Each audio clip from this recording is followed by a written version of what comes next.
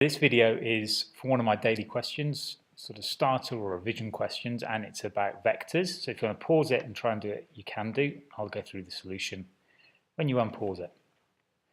So I'm trying to find k, and I'm going to use the formula that's in the formula sheet, which is the angle between two vectors, cosine theta equals v dot w divided by magnitude of v magnitude of w. So I'm going to work out each of these individual bits, see where it takes us. So cosine and the angle between them is 2 pi over 3. I don't need my calculator to do that. That's 120 degrees, negative a half, and you should be secure in getting those straight away without using the calculator. V dot w is 1 times k, so V dot w is 1 times k, which is k, minus 2 times 1, minus 2, and 1 times 1, so minus 2 plus 1 is again end up giving me minus 1. So there's my expression for V dot w. The magnitude of V is to take the square of all these using Pythagoras and then square root all of them. So this is 4, 5, 6.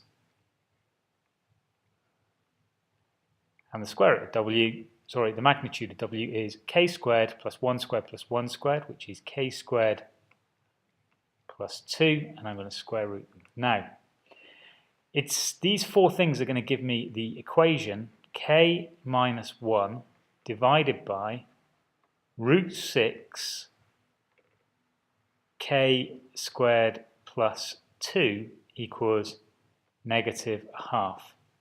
There are some things I can simplify here. I could take the 6 and times it through by this, but I'm not going to. As soon as I reach this equation, I recognize that I'm probably not going to solve it using algebra. So I'm going to use my calculator. So my graphic calculator is up here. I go to menu and graph it. And just to save time, I've already entered the equation there, and I made it equal to minus a half, and I draw it. Very small. I'm just going to go and zoom in a bit, so I'm going to make x. I keep the x values the same there, but I think the y values I can make from minus 1 to 1. Let's draw it.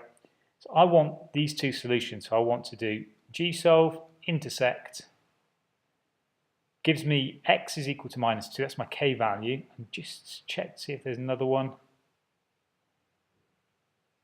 Okay, I don't think there's any other values. So for this one, k has to equal minus 2. Always remember when you get to an equation like this, use your calculator.